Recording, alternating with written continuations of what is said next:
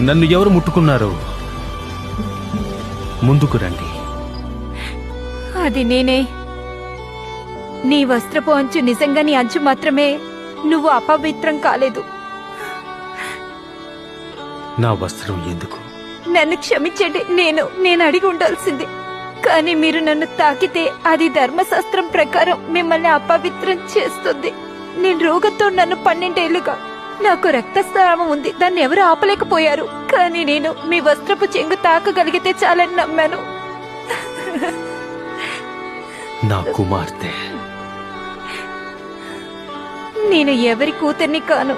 నా కుమార్తె చాలా కాలం నుంచి పోరాడుతుందని నాకు తెలుసు. నువ్వు అలసిపోయి ఉండాలి.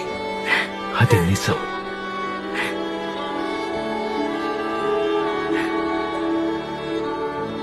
సమాధానముతో వెళ్ళుము.